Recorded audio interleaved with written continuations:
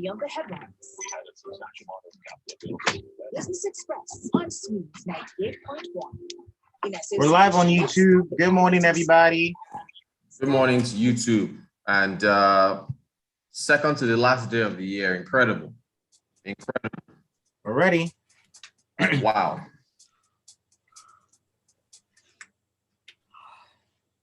Good morning, everybody. Welcome back. If you just joined us, this is the Smoothest Style on Lagos Radio. We're Smooth 98.1.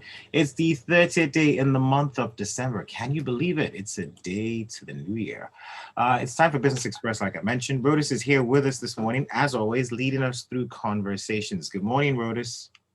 Hey, good morning, Kayode. Good morning to all our listeners. Good to be with you guys on the second to the last day of the year. Wow, wow, wow. Yeah.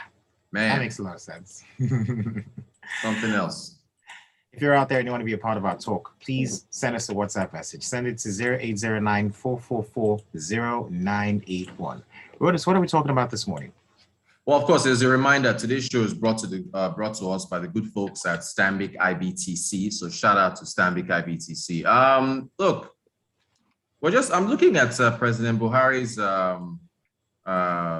promise to lift 100 million people out of poverty. He said it would happen in 10 years. So not like it was supposed to happen, by the end of this year. Yeah, remember yesterday I said that, I think we had Lakunmi yesterday, right? I told Lakunmi that the administration hasn't fulfilled a single promise. And she was saying, no, they've fulfilled some. And when you see Lakunmi, ask her to list just three. I think you guys, Lagos Talks, you have a special on the economic review, have you? Yes, we did. Yeah. Ask all your guests if there's any one single promise on the economic front. We had that conversation, and they listed a number of things, that could be potentials. That could be not potentials. No, I'm asking just in 6 years. This is what I'm saying. In 6 years of this administration, has there been any promise? Promise that has been fulfilled? Feeding program, I'm telling you. I'm just telling you right now, the feeding program. The feeding program was a promise? Uh-huh. To feed. Like how? What do you mean? To feed school children. But now every administration does that now. He says every administration does that. Everyone, why are you talking about the conditional cash transfer? The full school feeding program. So there's a feeding program to feed school children every day. So, I think there was some money that was set aside for that, and it's been done. Well, it's been done. So there's been some back and forth conversations, but it's one of the things that was done. At least that's one of the things I can mention. Yeah, so that's not an achievement. If you can give money to the poor, you can, but you haven't really achieved anything. You're supposed to be. So this is why this is like an end of year review, right? Mm-hmm. And President Buhari made this promise, I think it was July, Democracy Day of 2019. Since then, look, you can look back on the year yourself. Has there been any strides made in poverty alleviation in Nigeria? In order to alleviate poverty, you've got to create wealth. And look at Indonesia. I was reading a report on Indonesia. Between 2009 and 2019, Indonesia created 2.4 million jobs a year. That is a staggering number. Staggering. 2.4 million jobs every year from 2009 to 2019. That is, when you want to talk about lifting people out of poverty, you literally have to create jobs for them. It's very simple. It's very straightforward. We're not talking about feeding school children or giving some money to go and give them a plate of rice a day, so they are not hungry. That's and how many are you feeding? So we're talking about creating jobs for the parents of those children, so the parents can now start earning money and paying their children's school fees and feeding them themselves. Now, unfortunately, this administration has been unlucky. It's had 2 recessions in the last 5 years. The recession of 2016, and then last year's recession of 2020. Actually, 2 recessions in 4 years, actually.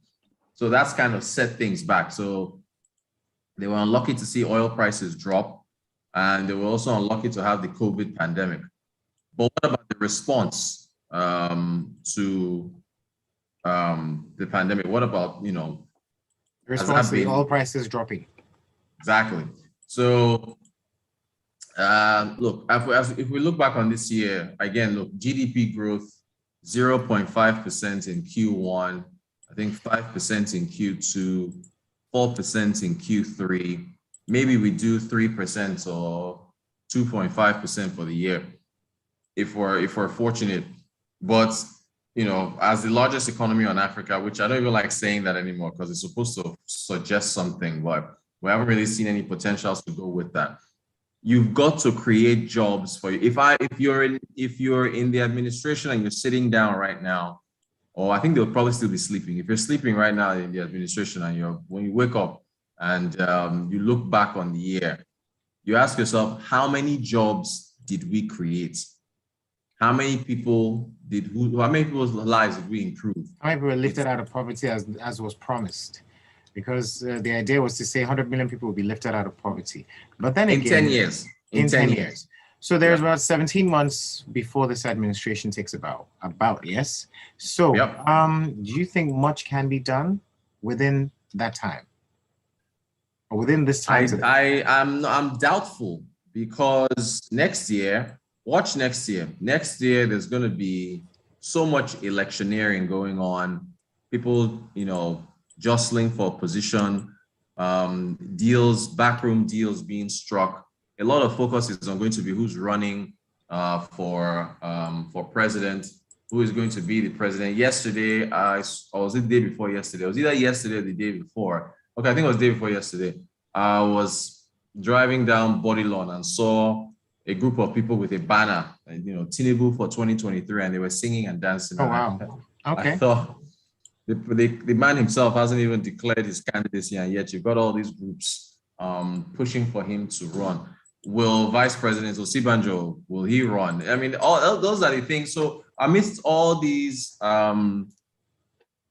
scenarios and possibilities, I feel economic reform and economic growth and job creation and poverty alleviation and crime reduction and increasing economic output, all that is unfortunately, I think, going to get lost as within next year's electioneering.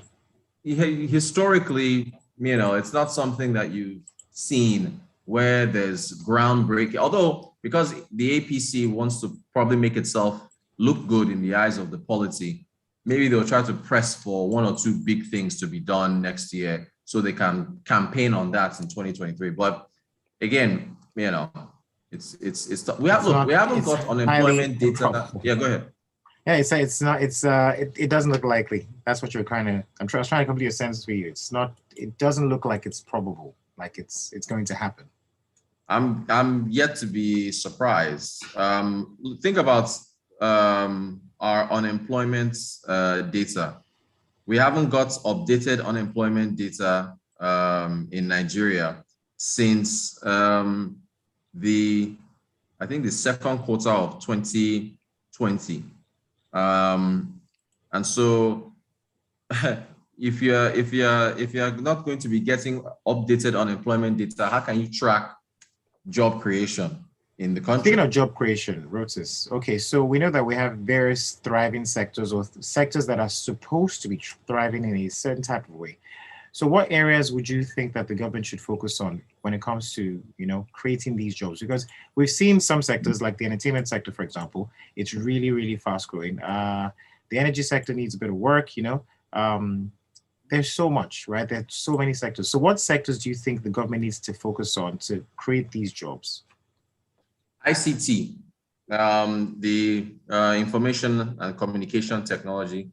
Telecommunications has been a vehicle for growth. Look at the 5G auction. Look at the amount of money that Mafab and MTN Nigeria paid for that 3.5 gigahertz of 5G. That's the tech is where you can quickly see some quick wins. You've got to, of course, reduce, right-of-way charges around the states, get more broadband in the ground. ICT is a sector that is very, very healthy and looks like a lot of, even during the pandemic, how many people were on Zoom now? This was as a result and it was thriving, yes. Exactly. So you want to create jobs around the ICT sector. You want to encourage more players to come into ICT. That's how you can get that going. Outside of ICT, what other promising sectors are there? I mean, agriculture. Don't you think so? Agriculture, yeah. In other countries, agriculture actually is seeing more machines taking over and less humans, working on farms.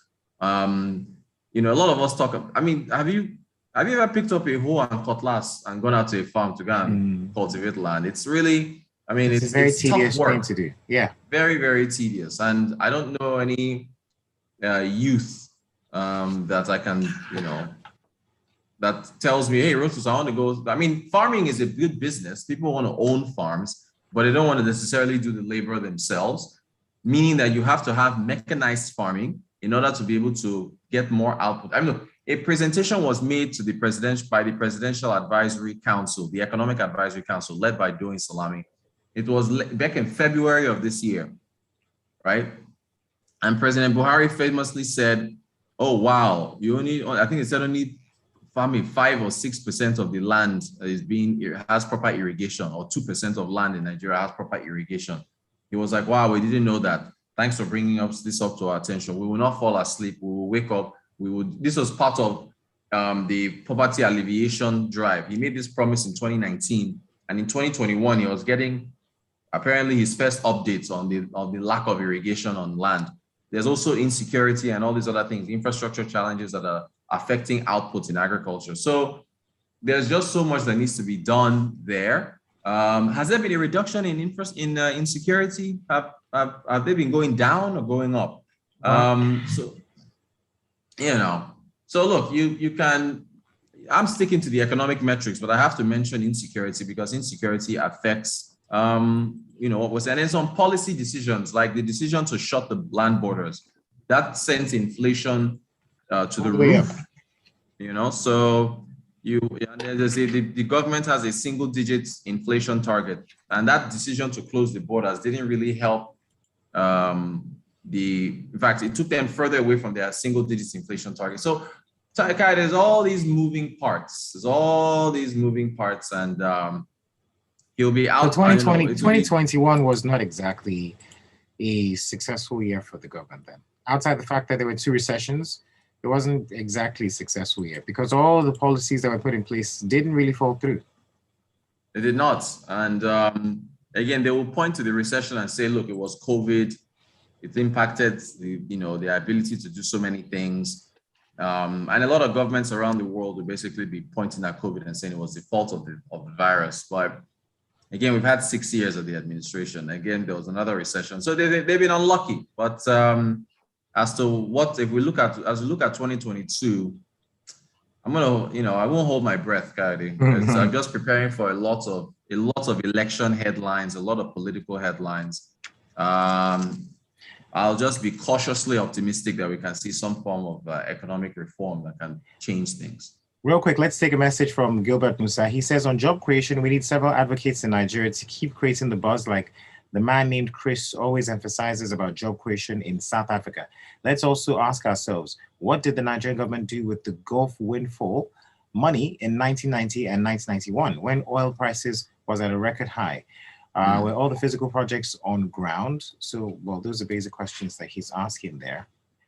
And just real quick, he's making a reference to Chris Hart. Chris Hart is a gentleman in South Africa. He's obsessed with jobs. All he talks about when Chris Hart gets on media, on television, on radio, when he writes articles on Twitter, jobs, youth, jobs, youth, jobs, youth. That is all he talks about. That's what we need. And that's the kind of focus we need. Thank you so much, Rotus. Always a pleasure having you here. Thank you. Lagos, there's stuff. more to come. So please stay with us in a few more minutes. It's going to be time for Freshly Pressed 981.